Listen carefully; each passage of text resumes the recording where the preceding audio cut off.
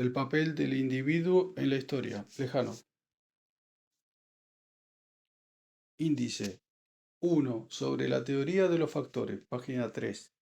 2. Quietismo y su necesidad. Página 5. 3. Tesis, antítesis y síntesis. Página 7. 4. Acerca de las opiniones de Carlos Lamprecht.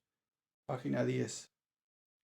5. Sobre la actividad consciente de los individuos. Página 12. 6. Las causas generales y la casualidad en la historia. Página 16. 7. La ilusión óptica sobre el papel de las grandes personalidades en la historia. Página 21. 8. Causas generales y particulares y el aspecto individual en la historia. Página 24. Publicado por primera vez en 1898, a 100 años de la Revolución Proletaria de 1917. 1. Sobre la teoría de los factores. En la segunda mitad de la década del 70, el finado Claviz escribió un artículo bajo el título La inteligencia y el sentimiento como factores de progreso, en el que, invocando a Spencer, demostraba que el principal papel en el movimiento ascendente de la humanidad correspondía al sentimiento, mientras que la inteligencia desempeñaba un papel secundario, un papel completamente subordinado. Un honorable sociólogo refutó a Claviz. Plejánov se refiere a Mikhailovsky, ideólogo de los populistas liberales rusos, quien apenas salió a la luz el citado artículo de Claviz escribió al respecto sus notas literarias de 1878. Refutó a Claviz, continuó, revelando una sorpresa burlona respecto a la teoría que relegaba la inteligencia a un segundo plano. El honorable sociólogo tenía razón, naturalmente, cuando defendía la inteligencia, pero lo hubiera tenido en mayor grado todavía si, no entrando en la esencia de la cuestión planteada por Claviz, hubiera señalado hasta qué punto era imposible e inadmisible su planteamiento mismo. Y, en realidad, la teoría de los factores es de por sí inconsistente, porque destaca arbitrariamente los diferentes aspectos de la vida social y los hipostasia, convirtiéndolos en fuerzas independientes, que desde distintos puntos y con éxito desigual arrastran al ser social por la senda del progreso. Pero esta teoría es más infundada aún en la forma que ha adquirido en el artículo de Claviz, el cual convirtió en hipóstasis sociológicas especiales no ya estos o los otros aspectos de la actividad del ser social, sino los diferentes dominios de la conciencia individual. Son verdaderas columnas de Hércules de la abstracción. No se puede ir más lejos, porque más allá comienza el reino grotesco del más claro de los absurdos. Es en eso sobre lo que el honorable sociólogo, entrecomillado, debería llamar la atención a Claviz y sus lectores, al mostrar el laberinto de abstracciones a que condujo a Claviz su aspiración de encontrar un factor dominante en la historia. El honorable sociólogo, entrecomillado, impensadamente quizá, también hubiera hecho algo por la crítica de la teoría misma de los factores.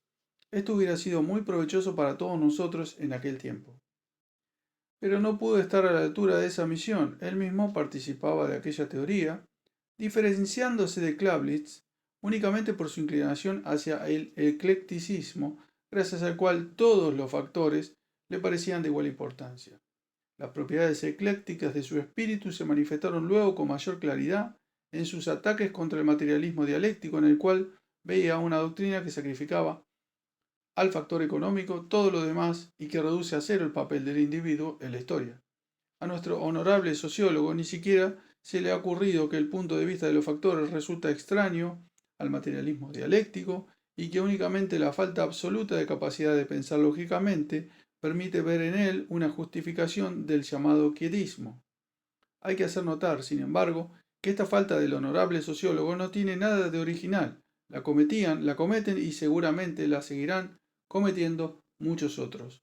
A los materialistas se les empezó ya a reprochar su inclinación al quietismo cuando no tenían aún formada su concepción dialéctica de la naturaleza y la historia.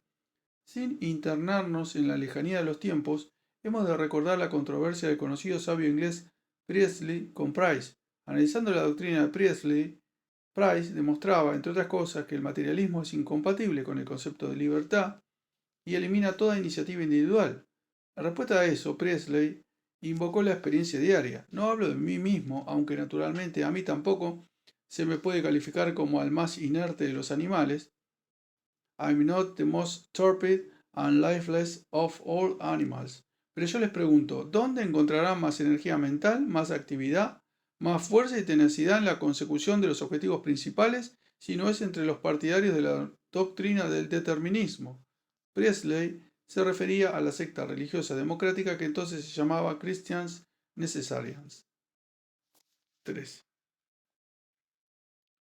Tal conjugación del materialismo con el dogmatismo religioso sorprendería mucho a un francés del siglo XVIII, pero en Inglaterra no extrañaba a nadie. Priestley mismo era muy religioso, cada pueblo con su costumbre.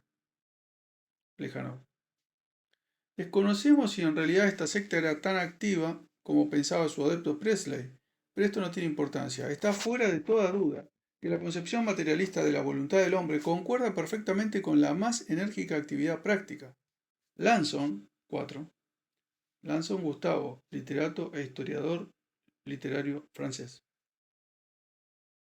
Hace notar que todas las doctrinas que más exigencias formulaban a la voluntad humana afirmaban en principio la impotencia de la voluntad. Ellas negaban la libertad y subordinaban el mundo a la fatalidad. Lanson no tiene razón cuando piensa que toda negación del llamado libre albedrío conduce al fatalismo, pero esto no le ha impedido notar un hecho histórico de sumo interés. En efecto, la historia demuestra que incluso el fatalismo no solo no ha impedido siempre la acción enérgica en la actividad práctica, sino por el contrario, en determinadas épocas ha sido la base psicológica indispensable de dicha acción. Recordemos, por ejemplo, que los puritanos, por su energía, superaron a los otros partidos de la Inglaterra del siglo XVII, y que los adeptos de Mahoma sometieron a su poder en un corto plazo un enorme territorio desde la India hasta España. Se equivocan de medio a medio aquellos que piensan que es suficiente estar convencidos del advenimiento inevitable de una serie de acontecimientos para que desaparezca toda nuestra posibilidad psicológica de contribuir a ellos o contrarrestarlos.